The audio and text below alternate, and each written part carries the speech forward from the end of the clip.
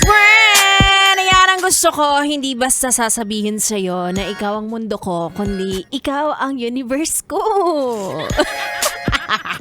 Ganon kalawak, ganon kalaki ang tingin sa akin. Literal. Magandang gabi!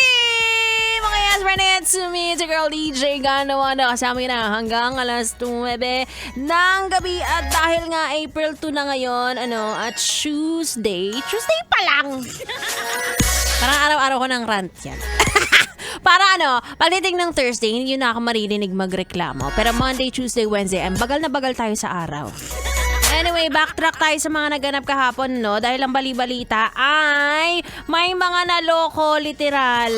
May mga, hindi pala may nagpatato dahil mananalo raw sila ng 100,000 piso. Hala!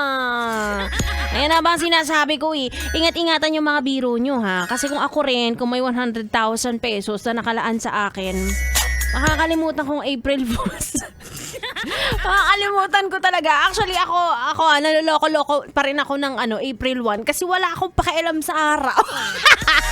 Hindi ko alam, 'di ba? Parang isang buong araw ang nasa isip mo lang ba ay April Fools ngayon? Hindi, 'di ba?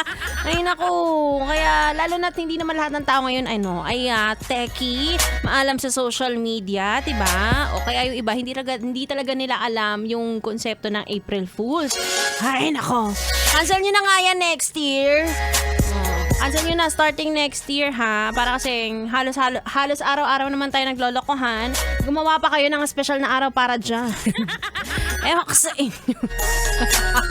Magseryoso na lang tayo sa buhay.